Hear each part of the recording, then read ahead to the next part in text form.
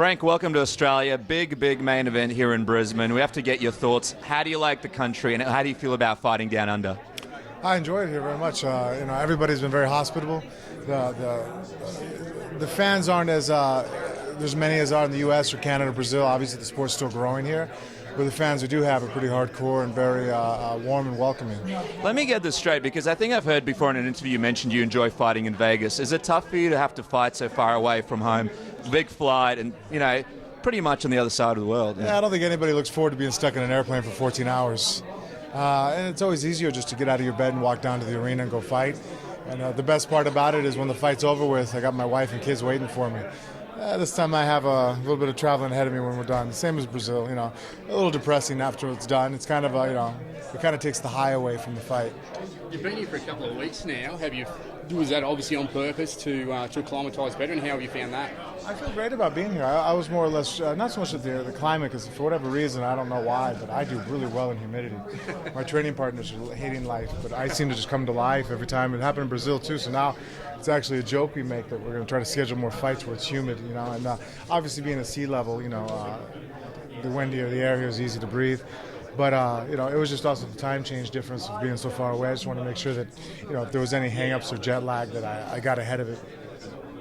Talk to us about your relationship with Mark Hunt, because you guys have done a lot of media opportunities together. You're on radar. You had to give each other compliments. How do you feel about the man? Oh, Mark Hunt's a phenomenal warrior, man. The guy's a tough guy. He's an exciting guy. He's somebody, I wouldn't want to fight somebody that's not worth fighting, and he's very respectable. Those are safer fights because you go out there, you win, there's something to win. A win over Mark Hunt means something in our sport. People have a lot of respect for him. And losses to him aren't the most detrimental. The guy's a ferocious fighter. You go out there and fight somebody who's not respected or unknown, that's dangerous, man. That's scary. You go out there, no one cares if you win, and if you lose, it's the end of the world. What is it that motivates you? Are you ever fueled by not really liking an opponent? I know in this sport everyone's pretty much a martial artist. They don't really think about that too much. When you're fighting a guy like Mark Hunt, is it easy to get motivated? Yeah, I like fighting. Now, when you go in the gym and you train, people that just even do jiu-jitsu or boxing or kickboxing on a level, you go in the room and you train, you're sparring, you're moving around, you're doing techniques that, cause harm, but at the same time it's in a controlled environment. When people talk about whether I have to get myself up to hate the person I'm fighting, I'm like, guys, let's be realistic right now. If the power in the building went out just before the fight, we all had to just call it a night, we all walked over to the pub, who do you think I would have most in common with? Who do you think I'd be sitting down having a beer with? You've had certain fights where you've talked about, and actually a lot of fighters are talking about this, just not being able to get warmed up and having slow starts. I'm just wondering, have you been able to combat that? Have you been able to pinpoint the sort of issue that you've been having in certain fights, and how do you sort of move forward with that? Just not having a definitive game plan. I think sometimes in the past, especially because I came from a very traditional martial art background, you just go out there and jiu-jitsu kind of only perpetuated that thought process too of, I'm going to see what my opponent gives me. You hear a lot of jiu-jitsu guys say that, like, what are you going to do? Well, it depends on what he does.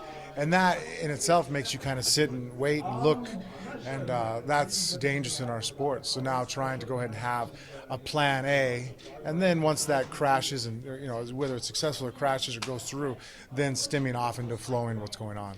Let's talk about the boxing, because your boxing trainer has mentioned how much you've improved in that area. You've obviously had some big wins over Nogueira, Mirko Krokop. Everybody knows you've got an advantage in the submission game, but are you willing to stand with Mark Hunt and trade in this fight? Well, heavyweights, everybody. Even Mark Hunt's been dropped by Fabricio Verdun. And he has a phenomenal chin, and he's a K1 champ. Verdun's a black belt in jiu-jitsu.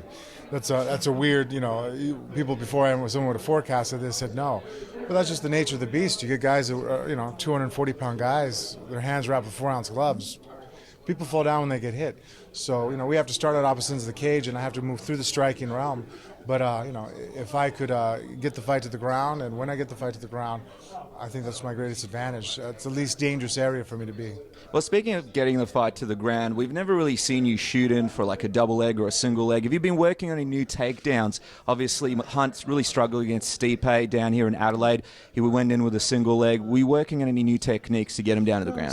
Same double leg takedown I used to take down Alistair Overeem. I put him down with it. And then same single leg I used to take Andre Arlovski down. Just keep improving on them. I'm just wondering, we've seen you at different sizes throughout your career. We've seen the very big Frank Mir, the lighter version. Are you going for sort of a power or speed? Are you coming in light or heavy this time around? I actually just haven't been consumed with the scale as much. Now I just, try to be in shape. And really, honestly, my biggest Achilles heel is my food. I like to eat food. I'm married. It isn't like I'm a single guy and I have to worry about what I look like. I know that my wife hates to hear that, but there's a certain lot of comfort that comes with being married for almost, for going on 12 years here. We've been married for, together for 14. So I try to do better at it. She's actually really stepped up to the plate and, eats well with me now during the week, and nothing extreme. If a bodybuilder sat down, you'd think my diet was, pretty easy to go with. But, I definitely don't get the hamburgers and hot dogs and pizza that I'm used to. Can I ask, I know the weigh-ins are just a few days away, but what kind of weight are you sitting around at the moment? I keep fluctuating between 255 to 265. Just kind of depends, I guess, on my hydration. Last time Mark Hunt fought here against Bigfoot, we joked around it like no chance of going 5 rounds. It went 5 rounds. It was a epic war. What are the chances? Like with you guys, once again, we expect to sort of finish early. What are your thoughts on that? I think it could happen. I mean, I look to make sure that I really force the grappling early on because I feel that Mark, down in Australia, you guys have lots of good kickboxers. There's lots of good stand-up sparring that I'm sure he's had.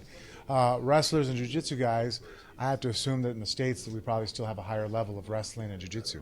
So I'm assuming that his muscles are more used to banging right now. Yeah. So I hope to make it a grappling match early on. I think the submissions will be earlier in the beginning of the fight, before the sweat really sets in. But one thing I've really noticed about the humidity here is things get slippery really quick.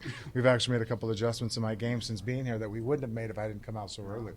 And then obviously then once somebody just gets broken down and they're extremely fatigued, it doesn't matter how slippery they are, choke's a choke. And so, I think that, a fight could lay out to a long fight due to that, but, it depends on, what happens in the first round. Mark Hunt spoke to us, and obviously there's been moments in his career where he's been on the ground with Fabricio Verdum, Stefan Struve. Do you feel like in a lot of ways he is underrated on the ground in his ability to escape dangerous positions and sort of survive with some tough guys in the division? Oh, no, I don't think he's underrated in that aspect at all. I think everybody knows that he's hard to take down. He's hard to hold down. And even when he gets down on the ground, he's not the easiest guy to you're not going to walk through him. I think that I specifically, in case it's misunderstood, the reason why I say it's safer for me on the ground with him is just not because of his lack of defense. I think his defense is very good. It's his lack of offense on the ground.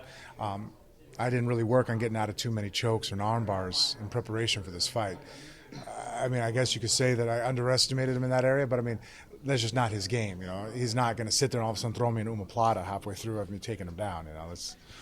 So I mean, that aspect of his ground game is not sharp. But that's just not him. But as far as his defense, absolutely. Yeah, obviously in Adelaide he went through a huge beating with Stipe, survived all the way to the end and didn't give up. When you watch something like that and you're going to be on the ground with him and really have to put it on him for him to give up, what does that do to you mentally, knowing that you're going in there with someone who just doesn't really tap out, doesn't really give up until the very end? I really don't look for that. That's not in my control. Even like if you look at the way I do submissions, whether you tap or not, it's really not my job. I even, just at the gym at Fight Cross, I was training there, one of the kids was talking and he said he put the guy in the choke and he doesn't know why he didn't tap. And I was like, you got the wrong mentality. He goes, what do you mean? I'm like, you should have asked why he didn't fall asleep. It's not why he didn't tap. I don't care if you tap or not. That just stops it and then, okay, I'll go ahead and quit. Even if I'm training and you tap, I'll ask you like, hey, was that a choke? Was it good, or did you just tap from pain? If you say pain, I don't count that. That doesn't matter. And so that's the same mentality when you're working on the ground. When I land a shot or if I look for submission, I'm looking to be decisive and devastating. If you tap, it just ends the result. But that's not where my brain is. I'm kind of running through the line. That's not what my objective is. My objective when I grab an arm bar, let's face it, an arm bar is to break someone's arm. I mean, why else are you slapping it on them? If they tap, then I'll let go. I'm not a malicious human being. I don't want, it's still a sport. But that's what the maneuver is. I think a lot of fighters sometimes get stuck in that. I'm trying to get them to tap. You'll see even when they're hitting guys, they're looking. If you watch when I got on Bigfoot Silva, when I was throwing elbows, it wasn't to get him to tap. I was trying to get him to fall asleep. I wanted him to go out, and until he went out, and then the referee stopped it. It's like you come back to reality, you're like, oh, okay, I'll take that win too. But I wasn't hitting him going, okay. And I even hate that when I see fighters do that. They play the referees, they look for it. So somebody with Mark, if he taps or doesn't, I don't expect him to, but I haven't really trained to make him tap. Mark has such an unusual physicality in his strength, his size. Have you changed up your training specifically for him? No, I mean, I realize that he's a powerful guy and he's quick and explosive, and I think the thing too is, the guy is almost 42. He's fighting for a long time. He's very savvy. I think he knows how to when to fight, when not to fight, how to really to read people. He's really at a high level. I also saw that you went to one of the local events here at I believe it was a Flight Cross gym.